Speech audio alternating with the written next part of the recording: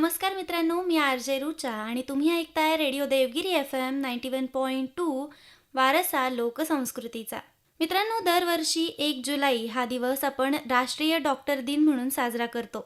समाजाच्या आरोग्यासाठी अहोरात्र कार्य करणाऱ्या, रुग्णांच्या वेदना आपल्या समजून घेणाऱ्या आणि अनेकदा स्वतःच्या सुखदुःखाचा विचार न करता सेवाधर्म जपणाऱ्या डॉक्टरांप्रती कृतज्ञता व्यक्त करण्याचा आजचा हा दिवस. आणि याच निमित्त आज आपल्या रेडिओ देवगिरीच्या स्टुडिओमध्ये अशाच एका सेवाव्रती आणि प्रेरणादायी व्यक्तिमत्वाची उपस्थिती लाभलेली आहे.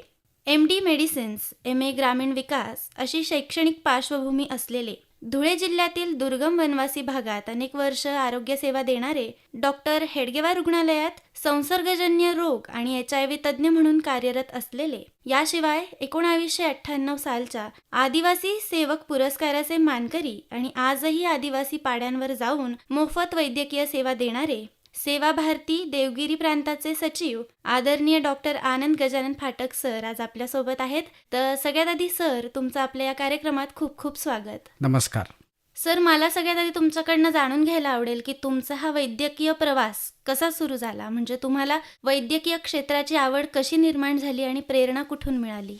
असं निश्चित सांगता येणं कठीण आहे, पण लहानपणापासूनच असं वाटायचं की आपण डॉक्टर व्हावं. आणि सुदैवाने आमच्या तसं घरामध्ये कोणी डॉक्टर नव्हतं, पण पुरेसे मार्क मिळाले आणि संभाजीनगरच्या ज्याला आपण घाटी म्हणतो शासकीय वैद्यकीय महाविद्यालयात 1980 साली मला MBBSला ॲडमिशन मिळाली आणि तिथपासून ते MD मेडिसिन होईपर्यंत 8.5-9 वर्ष मी आपल्या संभाजीनगरच्या घाटी रुग्णालयातच शिकलो आणि 89 साली माझं शिक्षण पूर्ण झालं. म्हणजे कुठली एक घटना ह्याच्यासाठी कारणीभूत झाली असं नाही, पण लहानपणापासून वाटायचं की आपण डॉक्टर व्हावं. आणि सर, तुम्ही MD मेडिसिन्स केल्यानंतर MA ग्रामीण विकास हे शिक्षण घेतलं, तर वैद्यकीय क्षेत्रात असताना ग्रामीण विकासाचा अभ्यास करावा असं तुम्हाला का वाटलं? याच्या मागे काय भूमिका होती? MA ग्रामीण विकास मी खूप उशिरा म्हणजे 2008 ते 10 असं केलं. त्याचं कारण असं होतं की मी आदिवासी भागात वनवासी भागात काम करताना ग्रामीण लोकांचा विकास याच्यावरती काम करण्याची खूप संधी मिळाली, शिकण्याची खूप संधी मिळाली, अनेक प्रयोग करता आले. तर हे सगळे प्रयोग करताना कधीतरी मनात असं वाटायचं की ह्या सगळ्याचं कुठेतरी काही टेक्स्टबुक असेल का, किंवा या विषयामध्ये कोणी काही डिग्री असेल का, शिक्षण असेल का. तर त्या काळामध्ये तर इंटरनेटही नव्हतं, काही नव्हतं, त्याच्यामुळे ते काही उपलब्ध नव्हतं. जेव्हा आम्हाला लक्षात आलं की असं उपलब्ध आहे, तेव्हा मग इंदिरा गांधी नॅशनल ओपन युनिव्हर्सिटीच्या MA रुरल डेव्हलपमेंटला ॲडमिशन घेतली. आणि मग पुन्हा एकदा MA करताना एक प्रबंध लिहिणे, 9-10 पेपर परीक्षा हॉलमध्ये जाऊन देणे, असं सगळं करण्यामध्ये खूप आनंद मिळाला.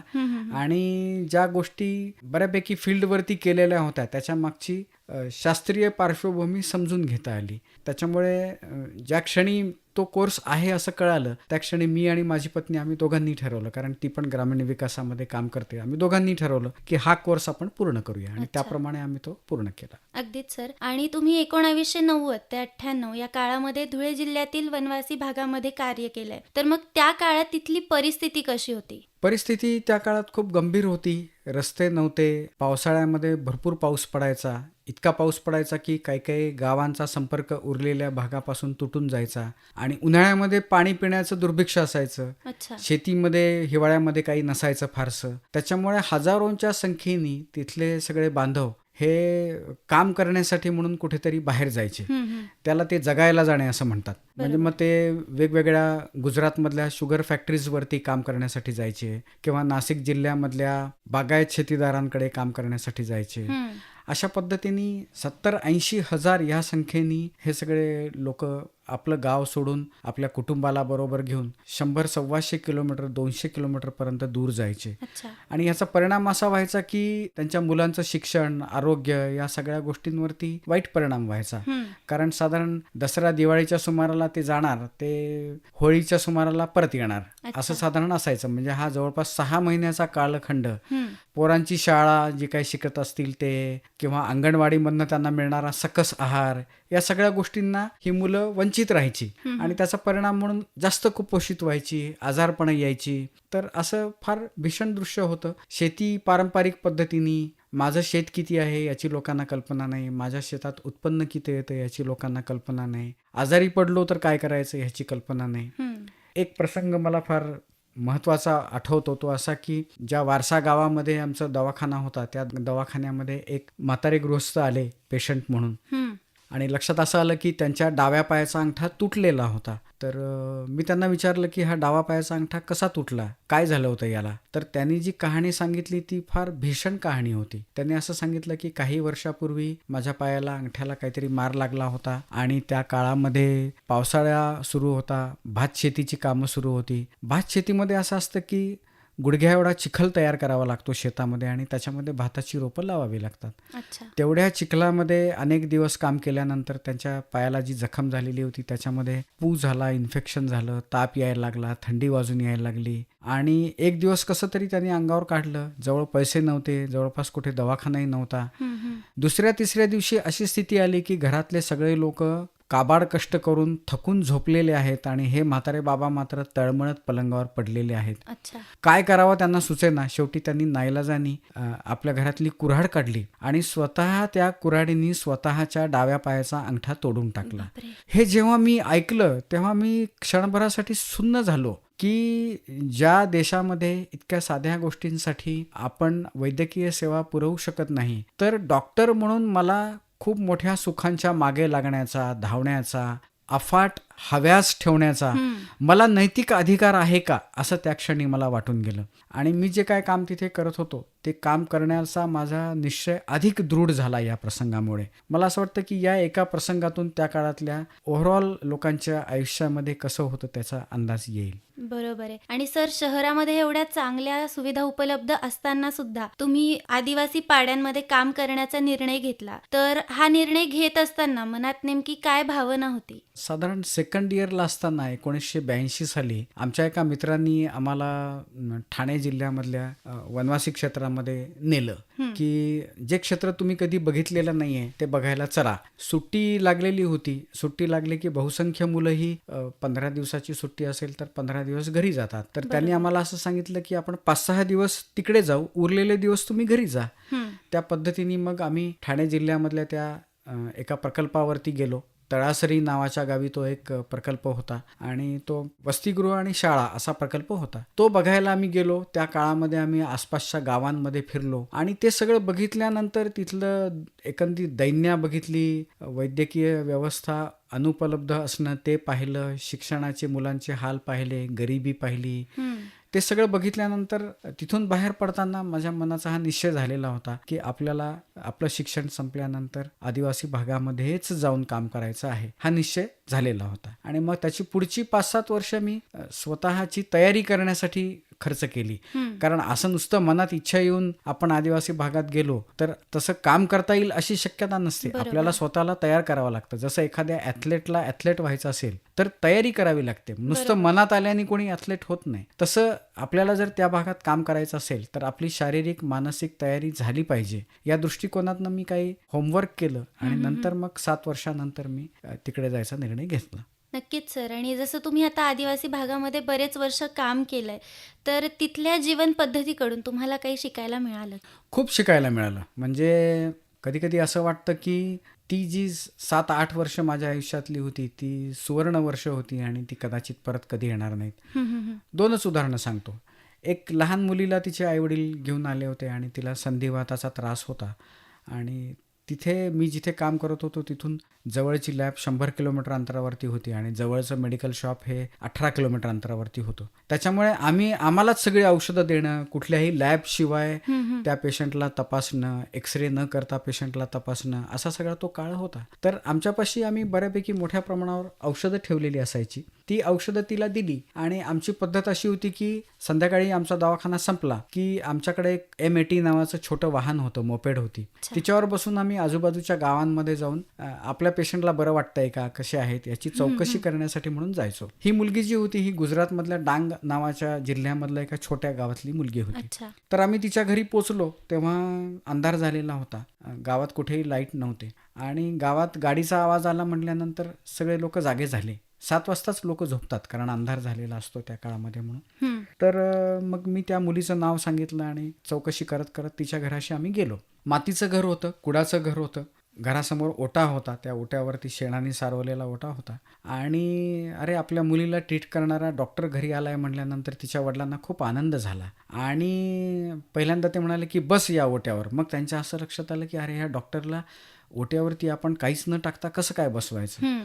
त्यांनी त्याच्या कमरेला जो टॉवेल होता तो टॉवेल सोडला, तो अंथरला आणि त्याच्यावरती आम्हाला बसवलं. म्हणजे आता तो इतक्या थंडीमध्ये फक्त लंगोटीवरती होता, इतकी त्याची गरिबी होती. मग त्यांनी आम्हाला पाणी वगैरे पाजलं, आम्ही तिची चौकशी केली, तब्येत ठीक आहे याची खात्री केली आणि आता आम्ही निघणार. तेवढ्यात तो मला आजीजीनी म्हणाला की तू माझ्या घरी पहिल्यांदाच आला, माझ्या मुलीला तू चांगलं केलं आणि अत्यंत कमी पैशामध्ये चांगलं केलं. खरं तर तुला मी चहा तरी पाजायला पाहिजे, पण घरात चहाची पत्ती नाही. गावात दुकान होतं, ते दुकानदार तो संध्याकाळ झाली की निघून जातो. साखर नाही, चहा नाही. थोडेफार पैसे कुठून तरी घेतले असते आणि चहा पाजू शकलो असतो, पण ते दुकानही बंद झालेलं आहे. तर त्याच्यामुळे दुर्दैवाने मी तुला चहाही पाजू शकत नाही. जेवण आमची संध्याकाळीच होऊन गेली, त्याच्यामुळे तुला जेवही घालू शकत नाही. तो मला म्हणाला की माझ्याकडे एक कोंबडी आहे फक्त, एवढी कोंबडी मी तुला देऊ शकतो, तुला चालत असेल तर ही कोंबडी तू घेऊन जा. त्या क्षणी मला असं आठवलं की अनेक श्रीमंत घरांमधनं मी फिरलेलो आहे. प्रचंड समृद्धी असताना त्यांच्या घरात जेवताना असं जाणवत राहतं की सगळं खूप हात राखून चाललेलं आहे. बरोबर. आणि इथे हा इतका गरीब माणूस की जो चहा पाजू शकत नाही, अन्य काही करू शकत नाही, त्याच्याकडे एकच कोंबडी आहे आणि ती कोंबडी तू घेऊन जा असं तो म्हणतो. तर मला हे खूप मोठं शिकवण होती की तुम्ही लोकांना काय देता हे तुमच्यापाशी काय आहे याच्यावर अवलंबून नसतं, ते तुमच्या मनस्थितीवर अवलंबून असतं. हे मला त्यातनं शिकायला मिळालं. आमचा दवाखाना खूप अडचणीतनं चालवावा लागायचा, पैशाची फार चणचण असायची, कारण ती संस्था वनवासी कल्याणाश्रम नावाची संस्था होती. शहरातनं लोकांकडनं डोनेशन्स घेऊन ती संस्था आम्ही सगळे चालवायचो. तर खूपदा असं व्हायचं की पैसे संपले, औषधं संपली आणि आता दवाखाना बंद पडायची वेळ आली. अशा वेळेला काय करायचं, तर कोणाकडनं तरी पुन्हा एकदा जाऊन पैसे मागणे याच्याशिवाय पर्याय नसायचा. बरोबर. अशाच एका प्रसंगामध्ये मी खूप निराश होऊन त्या गावातनं एक पांझरा नावाची नदी वाहते, त्या नदीच्या काठ्यावर जाऊन बसलो होतो. थंडीचे दिवस होते आणि गव्हाचा सीझन संपत आलेला होता. तर नदीमधनं वाहत होती. समोर एक शेतकरी मला दुरून पाहत होता की हा डॉक्टर बहुधा निराश होऊन बसलेला आहे, नदीमध्ये दगड टाकतो आहे, विचारमग्न आहे. त्यांनी मला त्याच्या भाषेत आवाज दिला की ए डॉक्टर, ये इकडं माझ्याकडे म्हणून. मग त्याच्या असं लक्षात आलं की अरे ह्याला नदी ओलांडता येईल की नाही, म्हणून तो उतरून खाली आला, अर्ध्या नदीपर्यंत मला घ्यायला आला. माझ्या हाताला धरून तो पलीकडे घेऊन गेला. त्याच्या शेतामध्ये त्यांनी मला खाली बसवलं आणि तो मला म्हणाला की हुरडा आहे, मी तुला हुरडा खाऊ घालतो. असं म्हणून त्यांनी काडी कचरा गोळा केला वाळलेला, तो पेटवला आणि त्याच्यावरती त्यांनी तो हुरडा करून मला खाऊ घातला. खाऊ घालताना माझी चौकशी केली की तुझं गाव कोणतं, घरी कोण कोण असतं, काय असतं, आणि पाणी पाजलं मला आणि मला पुन्हा नदीपर्यंत आणून सोडलं. मी नंतर विचार केला की त्यांनी नेमकं काय केलं. तर त्याचं उत्तर असं आहे की त्यांनी माझ्या मनाला शांत करण्याचा प्रयत्न केला. त्याला हे लक्षात आलं की या माणसाचं मन थोडंसं अस्वस्थ झालेलं आहे, याच्या मनामध्ये बहुधा निराशा आलेली आहे. तर असं दुसऱ्याचं मन जाणणं आणि मी त्याच्यासाठी काय करू शकतो हे पाहणं, ही गोष्ट या दुसऱ्या प्रसंगापासून मी शिकलो. तर असे खूप प्रसंग सांगता येतील, त्यातल्या त्यात जे आठवले ते 2 प्रसंग मी सांगण्याचा प्रयत्न केला.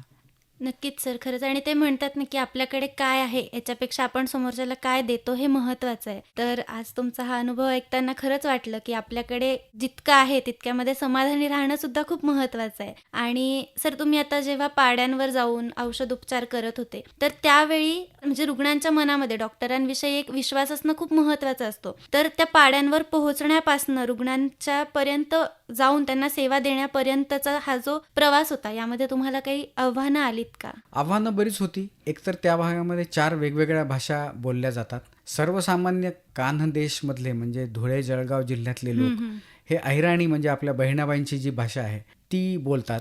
तर ती अहिराणी मला नवीन होती, ती शिकावी लागली. त्याच्याशिवाय तिथल्या आदिवासी बांधवांमध्ये 3 वेगवेगळ्या बोलीभाषा बोलल्या जातात. त्याच्यात कोकणी एक आहे, एक डांगी आहे आणि एक मावची आहे. बरोबर. या 4ही भाषा मी सुदैवाने शिकलो. त्यातली मावची नावाची भाषा खूपच कठीण होती, ती शिकायला मला साधारण 3 वर्ष लागली. अच्छा. पण एकदा मी ते सगळं शिकल्यानंतर जेव्हा त्यांच्या भाषेमध्ये बोलायला सुरुवात करायचो तेव्हा मला पण खूप आनंद वाटायचा आणि त्यांना पण खूप आनंद वाटायचा. तर सुरुवातीला भाषा हे एक अडचणीचा विषय होता, पण त्यावेळेला लोक मदत करण्यासाठी असायचे. कोणी शिकलेला मुलगा किंवा मुलगी मला मदत करायचा. किंवा मला कधी कधी असं वाटतं की हृदयाची भाषा ही सगळ्यात प्रभावी भाषा असते. बरोबर. तुम्हाला समोरच्याची भाषा येत नसेल तरी पण त्याला कळतं की तुम्ही काय विचारताय आणि तो त्याच्या परीने सांगण्याचा प्रयत्न करतो. दुसरी अडचण अशी आली की त्या भागामध्ये क्वालिफाईड नसलेले, कुठलीही डिग्री नसलेले, कुठेतरी कंपाऊंडर म्हणून काही महिने काम करून प्रॅक्टिस करणारे डॉक्टरांची संख्या खूप मोठी होती. हे मोटरसायकलवर फिरायचे, प्रत्येक पेशंटला 4-4 इंजेक्शनं द्यायचे, सलाईन लावायचे कारण नसताना. आणि त्याच्यामुळे पेशंटचा समज असा झालेला होता की इंजेक्शन दिल्याशिवाय आपण बरेच होत नाही. बरोबर. मी आणि माझ्याबरोबर रवींद्र सहारे नावाचे नर्सिंगचा 3 वर्षाचा डिप्लोमा केलेला कार्यकर्ता, आम्ही दोघांनी असं ठरवलं की आपण विशेषतः लहान मुलांमध्ये तर इंजेक्शन देण्याचं प्रमाण खूप कमी करायचं. तर ते कमी कसं करायचं, तर मग आपण चांगल्या क्वालिटीची प्रभावी औषधं आणि ज्या गोळ्या कडू नसतील त्या गोळ्या लहान मुलांना देऊ असं आम्ही ठरवलं. अच्छा. त्याच्यासाठी आम्हाला विशेष प्रयत्न करावे लागले, त्याच्यासाठी थोडासा अधिकचा पैसा खर्च करावा लागला. आणि हळूहळू ते इतकं लोकप्रिय झालं की लहान मुलगा म्हणायचा की मला दवाखान्यात न्यायचं असेल तर त्या वनवासी दवाखान्यातच जा, मी दुसऱ्या दवाखान्यात येणार नाही. आणि त्याच्यामुळे लहान मुलांमध्ये आमचा दवाखाना प्रचंड लोकप्रिय झाला. आणि मला सांगायला अभिमान वाटतो की ओव्हरऑल सर्व प्रकारच्या पेशंट्समध्ये आम्ही 100 पेशंट पाहत असो तर आम्ही ते इंजेक्शन द्यायचं प्रमाण 10 ते 15% खाली आणू शकलो. एका अर्थी शास्त्रीय वैद्यकीय सेवा रुजवण्यामध्ये आम्हाला यश मिळालं. दुसरं आमच्या असं लक्षात आलं की आम्ही एकाच गावामध्ये राहून दवाखाना चालवायचो, कारण जवळपास 200-250 पाडे आजूबाजूला आहेत. बरोबर. आणि पावसाळ्यामध्ये काही काही गावांचा संपर्क पूर्णपणे तुटायचा. आणि त्या गावावरती जर काही हगवणीची साथ आली, गॅस्ट्रोएंटरायटिसची साथ आली तर पटापट लोकांना काही मदत मिळायच्या आतमध्ये काही मृत्यू व्हायचे. तर ह्याच्यासाठी काय करता येईल, तर आम्ही असं ठरवलं की अशा पाड्यांवरती आपण एक 8वी 9वी 10वी शिकलेला एक तरुण निवडू, त्याला आपण आरोग्याचं प्राथमिक ज्ञान देऊ आणि त्याच्याकडे काही गोळ्या ठेवू की जो दवाखान्यात पोचेपर्यंत गावातल्या रुग्णांना या गोळ्या देऊ शकेल, जेणेकरून त्यांचा आजार किमान वाढणार नाही. अशा पद्धतीचे आम्ही 32 आरोग्यरक्षक आणि 11 दाया त्या परिसरामध्ये आम्ही तयार केल्या. आणि ह्या सर्वांनी अक्षरशः शेकडो लोकांचे प्राण वाचवले असं म्हणता येईल. याच्यातले काही काही लोक शिकलेलेच नव्हते, त्यांना लिहिता वाचता यायचं नाही, अच्छा. पण त्यांना इतकं छान सगळं समजलं होतं की ते आपापसात चर्चा करताना पाहणे की मी त्या पेशंटला कसं वाचवलं हे फार आनंददायी असायचं. तर अशा पद्धतीने अडचणी येतच असतात, पण त्याच्यातनं मार्ग निघतो. नक्कीच सर. आणि आत्ता जसं तुम्ही म्हणालात की भाषा, तिथली संस्कृती सगळंच वेगळं आहे आणि बहुतांश वेळा आपण बघतो की आदिवासी भागामध्ये अंधश्रद्धेवर जास्त विश्वास ठेवला जातो. तर मग जेव्हा तुम्ही आरोग्य सेवा देताना तर तुम्हाला अशा काही अंधश्रद्धेला सामोरं जावं लागलं का? की बऱ्याचदा होतं ना की आदिवासी लोक पटकन विश्वास ठेवत नाही. असं असतं, पण असं असण्याचं सगळ्यात महत्त्वाचं कारण वैद्यकीय सेवेची अनुपलब्धी हा त्यातला सगळ्यात मोठा घटक आहे असं मला वाटतं. म्हणजे कुठल्याही लहान मुलाला ताप आला तर गळा फोडणे नावाचा एक फार भयंकर प्रकार एकेकाळी अस्तित्वात होता. अच्छा. म्हणजे काय अस्तित्वात होता, तर त्या गावामध्ये जो ट्रीटमेंट करणारा भगत असे, तो भगत काय करायचा, तर त्या लहान बाळाच्या तोंडामध्ये तोंड उघडून त्याच्या टॉन्सिलला त्याच्या बोटाच्या नखांनी जखम करून रक्त काढणे, बापरे. याला गळा फोडणे असं म्हणतात. म्हणजे तुमच्याकडे कुठलाही पेशंट सुरुवातीच्या काळात यायचा तर तो गळा फोडल्याशिवाय यायचाच नाही. लहान बाळं जी यायची ती गळा फोडल्याशिवाय यायचंच नाही अशी स्थिती होती. पण आता असं का असेल, तर त्या काळामध्ये जेव्हा डॉक्टर उपलब्ध नव्हते तेव्हा कोणाला तरी असं वाटलं असेल की ह्याचा उपयोग होतो आणि त्याच्यामुळे तो समज रूढ झाला. बरोबर. पण ह्याच्याशिवाय त्या भागामध्ये ज्याचा खरोखरच चांगला उपयोग होऊ शकतो अशा जंगलात उगवणाऱ्या अनेक वनौषधी पण उपलब्ध आहेत. आणि ज्याचं चांगलं ज्ञान तिथल्या लोकांना आहे. ते सगळंच ज्ञान शास्त्रीय आहे असं नाही, पण याचा अर्थ सगळंच ज्ञान टाकाऊ आहे असं पण नाही. बरोबर. त्याच्यामुळे भविष्यामध्ये आम्ही त्याच्यावर काम करून त्यातल्या चांगल्या गोष्टी कुठल्या, वाईट गोष्टी कुठल्या याचा अभ्यास केला आणि ते डॉक्युमेंट करण्याचा प्रयत्न केला. नक्कीच सर. आणि आज आपण डॉक्टर डे साजरा करतोय, तर मग तुम्हाला काय वाटतं समाजाने डॉक्टरांचा सन्मान खऱ्या अर्थाने कसा करायला हवा? आणि आपण जो डॉक्टर म्हणतो, एक आपल्यासमोर डॉक्टरांची इमेज असते, तर डॉक्टरांनी मुळात कसं असायला हवं? मला असं वाटतं कुठल्याही देशभक्त किंवा राष्ट्रभक्त नागरिकांनी जसं असायला हवं तसंच डॉक्टरांनी पण असायला हवं. म्हणजे एखादा शिक्षक आहे तर मुलांना शिकवणे हे त्याचं काम आहे, तर त्यांनी जीव तोडून मुलांना शिकवलं पाहिजे. एखादा इंजिनियर आहे, त्याला सरकारने पूल बांधण्याची किंवा इलेक्ट्रिसिटी जनरेट करणे, वाहून नेणे ह्याचं काम दिलं असेल तर त्यांनी त्याच्या क्षमतेनुसार भ्रष्टाचार न करता काम केलं पाहिजे. बरोबर. त्याच पद्धतीने डॉक्टरांनी देखील त्याला जे काम मिळालेलं आहे की पेशंटची फसवणूक न करता पेशंटच्या एकंदर स्थितीचा अंदाज घेऊन त्या परिस्थितीमध्ये उत्तमात उत्तम तो काय देऊ शकतो याचा विचार करून डॉक्टरांनी काम केलं पाहिजे असं मला वाटतं. पण ही अपेक्षा केवळ डॉक्टरांकडनंच करण्यामध्ये फार अर्थ नाही. याचं कारण ज्या समाजातून डॉक्टर निर्माण झालेले आहेत त्या समाजाची सध्याची नीतिमत्ता ही बऱ्यापैकी खालावलेली आहे. म्हणूनच आपण पाहतो की एकेकाळासारखे मोठ्या संख्येने ध्येयवादी शिक्षक म्हणा, इंजिनियर म्हणा मिळत नाहीत. त्याच पद्धतीने कदाचित डॉक्टर पण मिळत नाही. बरोबर. त्याच्यामुळे केवळ डॉक्टरांना त्याच्यासाठी दोष देण्यात मला काही अर्थ वाटत नाही. मला असं वाटतं की ह्याची सुरुवात आपल्याला लहान मुलांपासून केली पाहिजे. त्यांच्यामध्ये आपल्याला हे भाव रुजवावे लागतील की तू भविष्यामध्ये जे काय होशील ते काम तू प्रामाणिकपणे केलं पाहिजे, चांगलं केलं पाहिजे. हा भाव आपण मुलांमध्ये रुजवू शकलो तरच ह्या सगळ्या क्षेत्रामध्ये सुधारणा होईल असं मला वाटतं. नक्कीच सर. आणि शहरातील रुग्णालय आणि आदिवासी भागातील आरोग्य सेवा यामध्ये आजही तुम्हाला फरक जाणवतो का? आणि जेव्हा आदिवासी आरोग्य व्यवस्थेकडे आपण बघतो तर त्यांच्यासमोर आज कोणती मोठी आव्हानं आहेत? दवाखान्यामध्ये फरक तर राहणारच. त्याचं एक महत्त्वाचं कारण असं की आदिवासी भागातली लोकसंख्या ही खूप विरळ असते. त्याच्यामुळे शासनाने दवाखाने उभे करायचे ठरवले तरी असं नाही होऊ शकत की बाबा 2000 लोकसंख्येसाठी दवाखाना बांधला. हे शक्य नाही. इतकी बरोबर. विरळ लोकसंख्या तिथे आहे. त्याला पर्याय हाच आहे की त्या ठिकाणी ज्याला आरोग्य सेवेचं थोडंफार प्रशिक्षण मिळालेलं आहे असे लोक काम करतायत आणि त्यातले जे किचकट ट्रीटमेंट करण्यासाठी कठीण पेशंट आहेत त्यांना मोठ्या दवाखान्यामध्ये पाठवतायत. तर अशा पद्धतीची आशा नावाचं ॲक्रिडिएटेड सोशल हेल्थ ॲक्टिव्हिस्ट अशा नावाच्या मोठी यंत्रणा सध्या आपल्या देशात कार्यरत आहे. अच्छा. आणि ती उत्तम यंत्रणा आहे. त्यांनी फक्त नीट कसं काम करायचं, त्याच्यासाठी काय केलं पाहिजे, त्यांच्या कामाच्या क्वालिटीमध्ये सुधारणा कशी होईल, त्यांना औषधांचा योग्य तो पुरवठा कसा होईल, त्यांना तिथून आता सुदैवाने ॲम्ब्युलन्स सेवा आदिवासी भाग सोडला तर सर्वत्र उपलब्ध आहे. अजूनही आदिवासी भागामध्ये ॲम्ब्युलन्सला फोन लावण्यासाठीचं जे नेटवर्क कव्हरेज आहे ते सगळ्या भागामध्ये उपलब्ध नसल्यामुळे त्यांना ती ॲम्ब्युलन्स सेवा उपलब्ध फार सहजासहजी होऊ शकत नाही. पण हळूहळू ती पण काळाच्या ओघात होईल. जसं जसं नेटवर्क विस्तारेल तसं तसं त्यांना पण ॲम्ब्युलन्स सेवा तशा अर्थी उपलब्ध होतील. मला असं वाटतं की मोठी गरज आहे ती जे चांगलं काम करू इच्छितात, ध्येयवादीपणाने काम करू इच्छितात, चांगली सेवा करायची आहे अशा लोकांनी आदिवासी भागामध्ये आवर्जून काही वर्ष जाऊन तरी काम केलं पाहिजे असं मला वाटतं. नक्कीच सर. आणि जसं तुम्ही आता खूप दुर्गम भागामध्ये काम केलंय तर एखादा असा प्रसंग की ज्यानी तुम्हाला डॉक्टर म्हणून तुमचा एक दृष्टिकोन बदलून टाकलाय, असा एखादा प्रसंग कोणता आहे? असे 3 प्रसंग तर मी ऑलरेडी सांगितलेले आहेत. म्हणजे मावची नावाची जी सगळ्यात कठीण भाषा शिकायला होती तर एक प्रसंग मला गमतीदार प्रसंग आठवतो. तो असा होता की लहान मूल होतं. ती बाई आपल्या लहान मुलाला घेऊन आली होती. साधारण 3-4 वर्षाचं मूल होतं ते. आणि ते आईला म्हणत होतं की आई मला दवाखान्यात यायचं नाही आहे, मला आता चांगलं वाटतंय, आपण घरी जाऊ. तर आईच्या असं लक्षात आलं की हा पोरगा घाबरतोय की डॉक्टर आपल्याला इंजेक्शन देईल म्हणून हा पोरगा घाबरतो आहे. बरोबर. तर ती आई त्या बाळाला मावची भाषेत म्हणते की अरे तू घाबरू नको, हा डॉक्टर आहे ना, हा मावचीच आहे.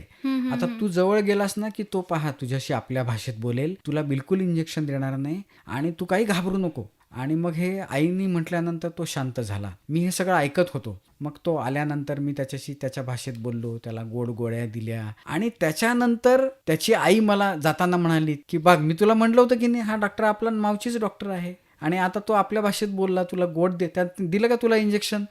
माझ्या आयुष्यातलं मिळालेल्या सगळ्यात मोठ्या सर्टिफिकेट्स पैकी हे सर्टिफिकेट होतं नक्कीच. की ती भाषा मी बोलू शकलो. त्याच्यामुळे त्या लहान मुलाला ती आई कन्व्हिन्स करू शकली की अरे हा आपलाच डॉक्टर आहे, तू घाबरू नको, तुला इंजेक्शन देणार नाही, गोड गोळीच देईल तुला तो. बरोबर. तर मला असं वाटतं की असे धन्य वाटण्याचे क्षण आयुष्यामध्ये येतात. नक्कीच सर. आणि आदिवासी बांधवांमध्ये आरोग्याविषयी जागरूकता निर्माण करणं हे उपचार करण्या इतकंच महत्त्वाचं आहे. तर हा जो विश्वास निर्माण करण्याचं काम होतं तर यामध्ये तुम्हाला काही स्ट्रगल करावा लागला का? खूप स्ट्रगल करावा लागला. म्हणजे लहान मुलांची नखं खूप वाढलेली असायची, खरूज आणि अंगावरती फोड होण्याचं प्रमाण खूप मोठं असायचं आणि ती मुलं सतत खाजवत असायची आणि त्यांची नखं इतकी मोठी असायची की त्या नखांनी खाजावून जखमा व्हायच्या पोरांना. तर बरोबर. आता हे काय करावं करावं आम्हाला सुचेना. आम्ही खूप त्याच्यावरती विचार केला. शेवटी आम्ही एक युक्ती अशी केली की ती आई त्या बाळाला घेऊन आली रे आली आणि आमच्या शेजारी बसली की आम्ही त्या बाळाचा हात घ्यायचो आणि त्या बाळाच्या हाताच्या नखानी त्या आईच्या हातावरती ओरखडे उमटवायचो. अच्छा. तर ती म्हणायची, अरे दुखतंय ना ते, असं काय करतो तू? मग आम्ही तिला समजावून सांगायचो की तुला हे दुखत असेल तर त्या बाळाच्या नाजूक त्वचेवरती याचा किती त्रास होत असेल याची तुला बरोबर. कल्पना आली का? मग तू नख का कापत नाहीस? मग असं अनेक महिने अनेक वर्ष केल्यानंतर किमान एवढी सुधारणा नक्की झाली की दवाखान्यात येताना तरी बायका आपल्या बाळांची नख कापायला लागल्या. आम्ही आमच्या तिथे एक नेल कटर ठेवलेलं होतं. आल्या की त्या नख कापायच्या जायच्या. हळूहळू ठिकठिकाणी गावागावांमध्ये आम्ही नेल कटरची व्यवस्था केली. ठिकठिकाणी आम्ही क्लोरीन ड्रॉप्स देत होतो जेणेकरून पावसाळ्यामध्ये जे गॅस्ट्रोएंटायटिसचं प्रमाण प्रचंड असायचं ते कमी झालं. हळूहळू ती एका अर्थी लोकांमध्ये जाणीव निर्माण झाली. एकमेकांना ते विचारायचे, बायका एकमेकांना विचारायच्या की तुम्ही टाकता ना प्यायच्या पाण्यामध्ये क्लोरीन ड्रॉप्स टाकता ना तुम्ही? म्हणजे जर टाकत नसाल तर अरे असं कसं काय टाकत नाही तुम्ही? अशा पद्धतीने त्यांच्यामध्ये हळूहळू जागृती निर्माण झाली आणि याच्यामधनं बऱ्याच आजारांना प्रतिबंध बसला असं झालं. नक्कीच सर. आणि आपल्याला मिळालेला आदिवासी सेवक पुरस्कार हा खरंच खूप विशेष पुरस्कार आहे. तर या सन्मानाबद्दल आणि त्यामागच्या प्रवासाबद्दल मला तुमच्याकडनं जाणून घ्यायला नक्कीच आवडेल. वेगळं असं काही नाही. सरकार दरवर्षी असे आदिवासी सेवक पुरस्कार देतं. माझ्या बाबतीतलं वेगळेपण असंच आहे की एक फॉर्म भरायचा असतो. त्या फॉर्मवरती सही करायची असते की मी आदिवासी सेवक पुरस्कारासाठी अर्ज करत आहे. मी आदिवासी विकास विभागाला म्हटलं की मी हा आदिवासी सेवक पुरस्कार तुमच्याकडे मागितलेला नाही, त्याच्यामुळे मी कशावरही सही करणार नाही. तर ते खूप 1-1.5 तास मागं लागले की सर ती एक फॉर्मॅलिटी आहे, तुम्ही प्लीज पूर्ण करा. मी म्हटलं की मला आदिवासी सेवक पुरस्कार नाही मिळाला तरी चालेल, मी त्याच्यासाठी काम करत नाही, बरोबर. पण मी ह्याच्यावर कुठेही सही करणार नाही. आणि कदाचित मी एकमेव असेन की ज्यांनी कुठलीही सही न करता त्याला हा आदिवासी सेवक पुरस्कार सरकारने दिलेला आहे. नक्कीच सर. हा तुमचा प्रवास जाणून घेताना खरंच खूप छान वाटतंय. एक प्रेरणा मिळतेय. आणि जसं आपण आत्ता हेडगेवार रुग्णालयात संसर्गजन्य रोग आणि HIV तज्ज्ञ म्हणून अनेक वर्ष काम बघताय, तर आजही या क्षेत्रात काम करताना समाजातले कोणते गैरसमज तुम्हाला जाणवले? मी HIV मध्ये काम सुरू केलं तो काळ होता 2002चा. त्या काळामध्ये HIV चे पेशंट फार मोठ्या प्रमाणावर मिळायला सुरुवात झाली होती. लोकांमध्ये जागृती नव्हती, डॉक्टरांमध्ये पण त्याची फारशी माहिती नव्हती आणि त्याच्यामुळे HIV पेशंटचं डायग्नोसिस झालं रे झालं की विंचू झटकावा त्या पद्धतीने डॉक्टर लोक त्या पेशंटला म्हणायचे की मला ह्याच्यात काही येत नाही, तुम्ही आमच्या दवाखान्यातनं दुसरीकडे कुठेही जा. अच्छा. सुरुवातीला ते गव्हर्नमेंट मेडिकल कॉलेजेसमध्ये पेशंटला पाठवायचे. काही पेशंटना असं वाटायचं की बाबा नाही, आम्हाला गव्हर्नमेंट मेडिकल कॉलेजमध्ये जायचं नाही, आम्हाला खाजगी दवाखान्यात जायचं आहे. तर अशी कुठलीही फार कमी सुविधा त्या काळात उपलब्ध होत्या. म्हणजे काही मोठी शहरं भारतातली सोडली तर त्या विषयातलं ज्ञान ज्यांना आहे असं कोणीही नव्हतं.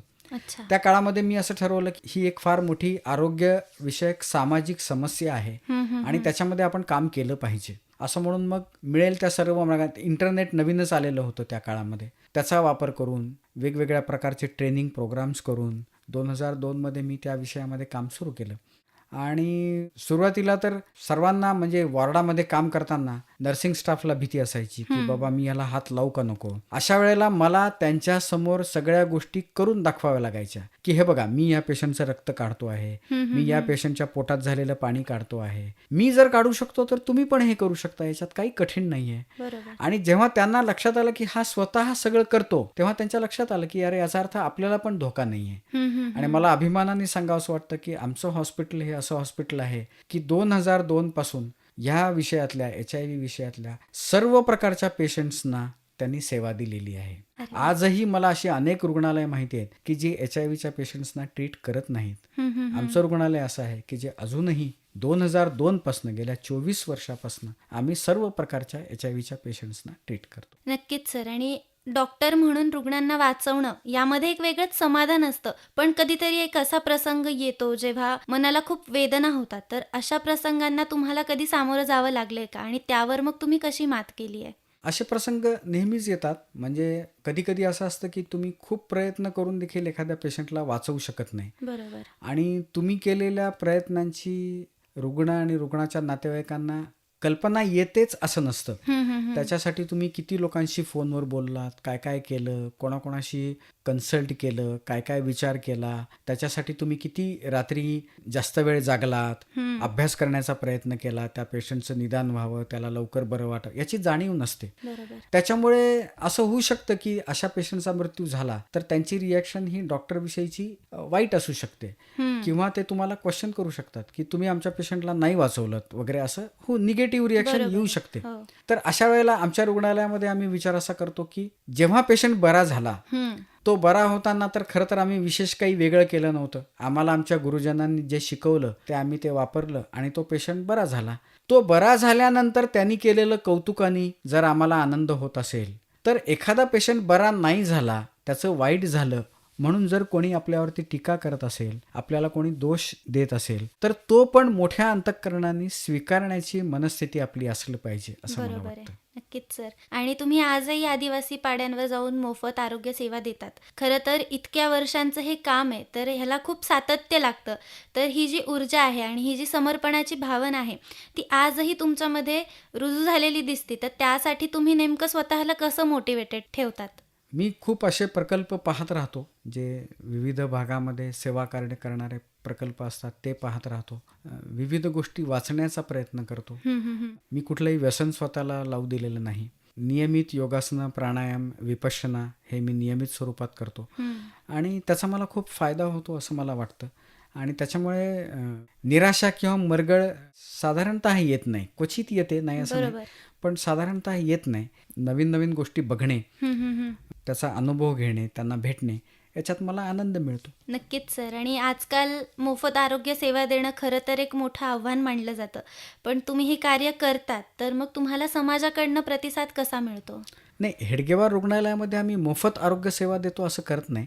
त्याचे त्याचं शुल्क आम्ही घेतो. आदिवासी भागात असताना पण आम्ही अत्यल्प शुल्क घेत होतो, म्हणजे 1 रुपया 2 रुपये, कारण एखादी गोष्ट फुकट दिली तर त्याचं किंमत राहत नाही एका अर्थी. आणि त्याच्यासाठी आम्ही कोणाला कधी अडवलं नाही. त्याच्याकडे 1 रुपया नसेल, 2 रुपया नसेल तर आम्ही त्याला औषधं दिली नाही, असं कोणी केलं नाही. उलट त्यातला माझा अनुभव असा आहे की कधीतरी 15 दिवसानंतर, महिन्याभरानंतर त्या तेवढ्या गर्दीतनं एक हात माझ्या पुढे यायचा आणि तो हात असं म्हणायचा, त्याच्या मागचा आवाज, चेहरा मला दिसायचा नाही, नुसता हात दिसायचा, की ते 2 रुपये तुझे द्यायचे राहिले होते ना, ते हे 2 रुपये. असा, म्हणजे मला फार त्याचं नवल वाटायचं की शहरी माणसं असं कितपत करतील मला कल्पना नाही, पण तिथला गरीब माणूस मात्र आवर्जून हे करेल की आपले ह्या डॉक्टरचे 2 रुपये द्यायचे राहिले होते, तर जेव्हा केव्हा त्याला देणं शक्य होईल तेव्हा तो आवर्जून देईल, असं ते लोक करायचे. तर हा पण एक लर्निंग एक्सपिरियन्स असतो. नक्कीच. नक्कीच सर. आरोग्य सेवा हा केवळ व्यवसाय नसून एक सेवा आहे, हे तुम्ही तुमच्या कामातून तर दाखवूनच दिलंय. तर आजच्या तरुणांनी, ज्यांनी डॉक्टर व्हायचं स्वप्न बघितलंय, तर त्यांनी कोणत्या मूल्यांकडे जास्त लक्ष दिलं पाहिजे, यावर तुम्ही काय सांगाल?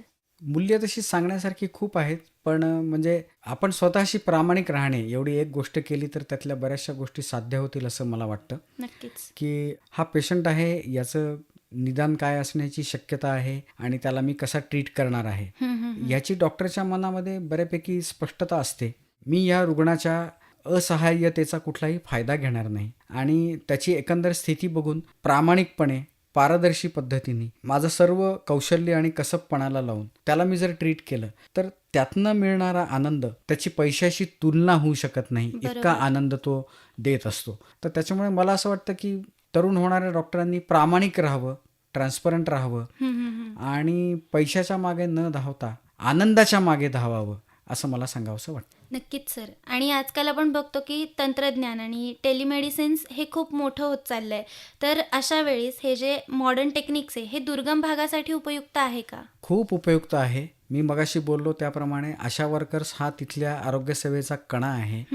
तर या आशा वर्कर्स याचा वापर करून तिथल्या कठीण निदान होण्यासाठी कठीण असलेल्या पेशंट्सचा त्याचा योग्य तो मार्ग त्यातनं काढू शकतात. योग्य त्या ठिकाणी त्या पेशंटला पोचवल्या जाऊ शकतं आणि असे हजारो शेकडो प्राण वाचवू शकतो. त्याच्यामुळे त्याचा सध्या वापर टेलिमेडिसिनचा काही प्रमाणामध्ये आदिवासी भागात सुरू झालेला आहे. अच्छा. तो वाढायला हवा अजून. नक्कीच सर. आणि कोणत्याही क्षेत्रामध्ये काम करत असताना कुटुंबाचा पाठिंबा असणं खूप महत्त्वाचं होतं. तर एकंदर तुमच्या या प्रवासामध्ये तुम्हाला तुमच्या कुटुंबाचा पाठिंबा कसा मिळाला? त्याबद्दल काय सांगाल? मी फार सुदैवी आहे की माझ्या आईवडिलांनी, माझ्या मोठ्या भावांनी, माझ्या मोठ्या बहिणींनी मला सदैव पाठिंबा दिला. त्यांनी मला कधीही असं विचारलं नाही किंवा कधीही असं म्हणाले नाहीत की आता खूप वर्ष झाली, आता तू घरी ये. हं, हं, हं. असं कधीही त्या म्हणाल्या नाहीत. जितके वर्ष मला काम करायचं होतं तितके वर्ष त्यांनी आदिवासी भागात मला काम करू दिलं. त्या काळामध्ये मी काही पैसे कमवले नाही, काही नाही. हं. माझा खर्चही फारसा नव्हता आणि लग्नानंतर माझ्या पत्नीनी पण मला कधीही या बाबतीमध्ये अडथळा आणला नाही. किंबहुना ती माझ्याबरोबर आणि किंबहुना आता तर ती माझ्यापेक्षाही जास्त या विषयामध्ये काम करते. त्याच्यामुळे मला त्याचा फार अभिमान आहे की जे माझं स्वप्न होतं, जे आत्ता मी दुर्गम भागामध्ये जाऊन फारसं काम करू शकत नाही, ते काम माझी पत्नी प्रतिभा आता पूर्ण करते आहे. याचा मला खूप अभिमान आणि आनंद आहे. नक्कीच सर. आणि तुमच्या मते एक चांगला डॉक्टर होण्यासाठी फक्त वैद्यकीय ज्ञान पुरेसं आहे की त्यामध्ये काही आणखीन गुण असणं गरजेचं आहे? आणि आपण बघतो की समाजाची डॉक्टरांकडे बघण्याची भूमिका ही वेगळी असते, दृष्टिकोन वेगळा असतो. तर याबद्दल तुम्ही काय सांगाल? डॉक्टर केवळ वैद्यकीयदृष्ट्या चांगला असून, ज्ञानाच्या दृष्टीने चांगला असून चालत नाही. बरोबर. तो संवेदनशील हवा, तो प्रामाणिक हवा, तो पारदर्शी हवा, तो सगळ्यांना समजून घेणारा हवा.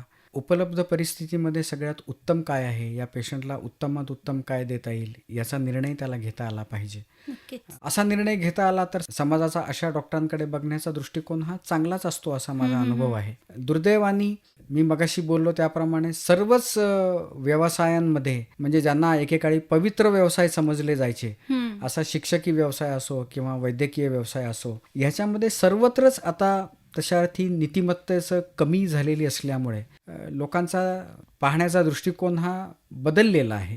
याला समाजही जबाबदार आहे, डॉक्टरही जबाबदार आहे. हं. मी मगाशी बोललो त्याप्रमाणे ज्या समाजातनं हे डॉक्टर्स निर्माण होतात, ज्या समाजातनं हे इंजिनियर निर्माण होतात, ज्या समाजातनं हे शिक्षक निर्माण होतात, त्याची नीतिमत्तेची जर पातळी चांगली नसेल तर चांगले नीतिवान डॉक्टर्स, चांगले नीतिवान शिक्षक, चांगले नीतिवान इंजिनियर्स कसे निर्माण होतील? बरोबर त्याच्यामुळे आहे. मला असं वाटतं की आपण भविष्यामध्ये आपल्या देशाने शाळेपासूनच मुलं नीतिवान कशी होतील हं, हं, हं. याचा विचार करून तशा पद्धतीचं शिक्षण त्यांना आपण दिलं पाहिजे असं मला वाटतं. नक्कीच सर. आणि मला आता तुमच्याकडनं जाणून घ्यायला आवडेल की तुमच्या आयुष्यातली एखादी अशी व्यक्ती की ज्याने तुम्हाला खूप प्रेरणा दिली आहे आणि सातत्याने मार्गदर्शन केलं या क्षेत्रामध्ये किंवा इतरही क्षेत्रामध्ये काम करण्यासाठी, आणि म्हणजे आपण म्हणतो ना की एक जीवनाचं तत्त्व दिलंय, अशी एखादी व्यक्ती? एखादी व्यक्ती नाही, अशा अनेक व्यक्ती आहेत. मी लहानपणापासून राष्ट्रीय स्वयंसेवक संघाचं काम करत असल्यामुळे हं, हं. संघाचे अनेक कार्यकर्ते, अनेक प्रचारक यांच्याकडनं मला खूप शिकायला मिळालं. तर असं एकाचं नाव सांगता येणं कठीण नाही. काही असे नक्कीच आहेत, एक 15-20 तर कार्यकर्ते, प्रचारक नक्कीच आहेत की ज्यांच्याकडनं मला खूप शिकायला मिळालं आणि प्रेरणा मिळाली. हं, हं, हं. नक्कीच सर. आणि सर, आत्तापर्यंत आपण तुमचा प्रेरणादायी प्रवास जाणून घेतलाच, पण आता मला तुमच्याकडनं जाणून घ्यायला आवडेल की तुमची आरोग्यसेवा व्यतिरिक्त अजून तुमच्या मनातल्या आवडीचे गाणे कोणते आहेत? गाणी मला आवडतात, मराठी, हिंदी गाणी मला आवडतात.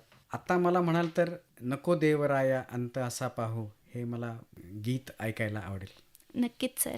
चला तर मग मित्रांनो, आता आपण ऐकूया सरांच्या आवडीचं हे सुंदर असं गीत.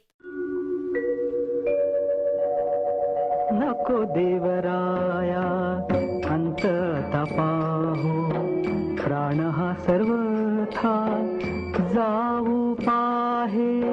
नको देवराया अंत तपाहू, प्राण हा सर्वथा जाऊ पाहे.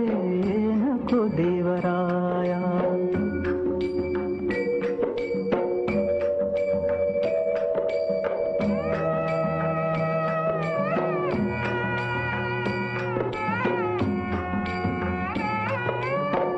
हरिणीचे पाडस व्याघ्रे धरी गेले, मज लागी जाहले तैसे देवा. हरिणीचे पाडस व्याघ्रे धरी गेले, मज लागी जाहले तैसे देवा.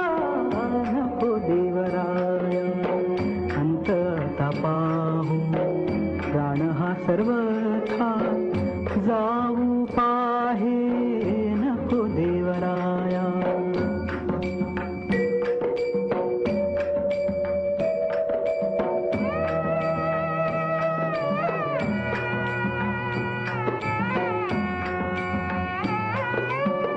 तुझ विण ठावन दिसे त्रिभुवनी धावे हो जननी विठाबाई तुझ विण ठावन दिसे त्रिभुवनी धावे हो जननी विठाबाई नको देवराया अंत तपाहो प्राण हा सर्वथा जाऊ पाहे नको देवराया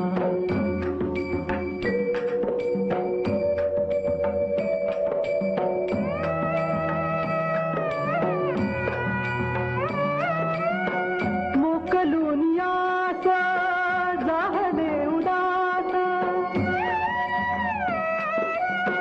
मोकलून यास जाहले उदास घेई कान्ह पात्रेत हृदयात घेई कान्ह पात्रेत हृदयात नको देवराया अंत तपाहू प्राण हा सर्वथा जाऊ पाहे नको देवराया. आज अनेक दशकांपासून तुम्ही सेवा, समर्पण आणि संवेदनशीलतेचा आदर्श ठेवलायत. तर आता जाता जाता तुम्ही आजचे जे विद्यार्थी आहेत, जे तरुण पिढी आहे, जे स्वप्न पाहत आहेत डॉक्टर होण्याचं किंवा इतर क्षेत्रात काम करण्याचं, मोठं काम करण्याचं, तर त्यांना आजच्या या डॉक्टर डेच्या निमित्ताने काय संदेश द्याल? मी त्यांना असं म्हणेन की भरपूर शिका, भरपूर मेहनत करा, भरपूर ज्ञान मिळवा, संवेदनशीलता मिळवा, प्रामाणिकपणा मिळवा, पारदर्शीपणा मिळवा. हे सगळं जर आपण करू शकलो तर तुमच्या आयुष्याचं सोनं होईल असं मला वाटतं. नक्कीच सर. तुमचा प्रवास जाणून घेताना मला खरंच खूप आनंद झाला. आज तुम्ही इथे आलात, तुमचा एवढा छान समृद्ध अनुभव आमच्यासोबत शेअर केला. तुमचं सेवा कार्य, प्रेरणादायी प्रवास आणि डॉक्टर या व्यवसायाकडे तुमचा पाहण्याचा दृष्टिकोन, यामुळे मला खात्री आहे की जे आपले सगळे श्रोतावर्ग आहेत त्यांना नक्कीच प्रेरणा मिळाली असेल. आज तुम्ही येऊन खूप छान मार्गदर्शन केलं, त्याबद्दल खरंच खूप धन्यवाद सर. नमस्कार.